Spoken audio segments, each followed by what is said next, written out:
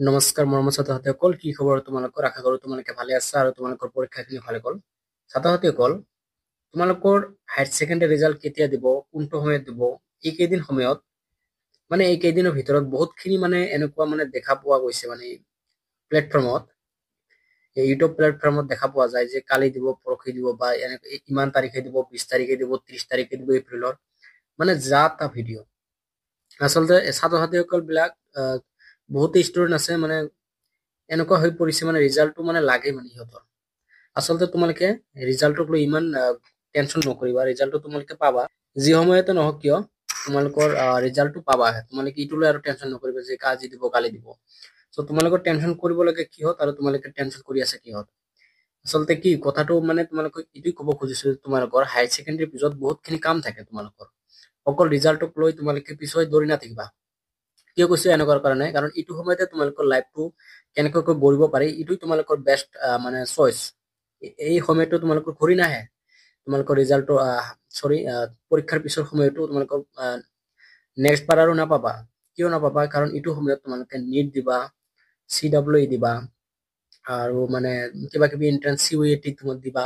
বহুতখিনি এন্ট্ৰেন্স থাকে যিবিলাকৰ কাৰণে বহুত নাম্বাৰ লাগে, কাট অফ যায় আৰু এই নাম্বাৰৰ থ্ৰু দিয়ে তোমালোকৰ বেলেগ বেলেগ কলেজত তোমালোকে এডমিশ্যন খিনি পাবা। এতিয়া সাপোজ ধৰি লোৱা মই এটা তোমালোকক এক্সাম্পল দিছো, BSc নাৰ্ছিং, B.Pharm আৰু D.Pharm এই তিনিওটা তোমালোকে যদি পঢ়িব খোজা এই কোৰ্স কেইটা, তেনেহলে তোমালোকক CWE থ্ৰুৱেদি তোমালোকে এডমিশ্যন ল'ব লাগিব। আৰু যদি তোমালোকে CWE থ্ৰুৱেদি যোৱা এডমিশ্যন ল'বলৈ, তেনেহলে বৰ্তমান সময়ত যোৱা বছৰৰ পৰা তোমালোকৰ CWE বাধ্যতামূলক কৰিছে এই তিনিওটা কোৰ্সৰ কাৰণে। তোমালোকৰ বুজি পাইছে নে কথাটো? চ' বাধ্যতামূলক কৰিছে বোথ গভৰ্ণমেণ্ট এণ্ড তোমালোকৰ প্ৰাইভেট ইনষ্টিটিউটৰ কাৰণে।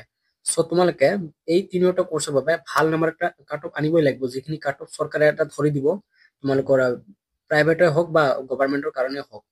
চ' যোৱাবাৰ তোমালোকৰ BSc নাৰ্ছিঙৰ কাৰণে 30 কাট অফ গৈছিল, এইবাৰো তোমালোকৰ কাট অফ যাব। আৰু B.Pharm আৰু D.Pharmৰ কাৰণেও কাট অফ গৈছিল, এইবাৰো তোমালোকৰ কাট অফ যাব। মিনিমাম 30 কাট অফটো যাবই।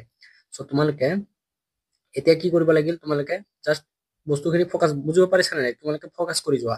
আৰু কিহত ফকাস কৰিবা? তোমালোকে এইকেইদিন যি ইন্ট্ৰেন্সৰ ওপৰত ফকাস কৰা, কিয়নো এইটোৱে তোমালোকৰ বেষ্ট এটা চান্স।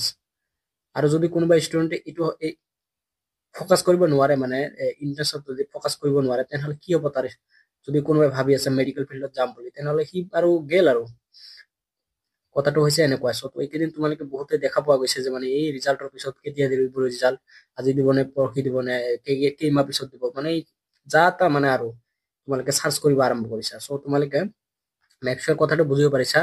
চ' তোমালোকে ৰিজাল্টটো পাবা, আজি হওক বা পৰহি হওক বা একমাহ পিছতে হওক, তোমালোকে ৰিজাল্ট পাবা। কিন্তু তোমালোকে কৰিব লাগে কিহত কাম আৰু তোমালোকে কৰি আছা কিহত? চ' তোমালোকে এতিয়া কি কৰা? ইন্টাৰেষ্টৰ কাৰণে মাথা মাৰি থাকা, CWE হওক বা নিটৰ কাৰণে হওক। চ' তোমালোকে ইমান হাবাথুৰি খাব নালাগে, তোমালোকে ৰিজাল্ট পাবাই। ঠিক আছে? চ' মেক চিয়ৰ তোমালোকে কথাটো বুজিব পাৰিছা। চ' আজিৰ কাৰণে ইমানে আছিল, ধন্যবাদ।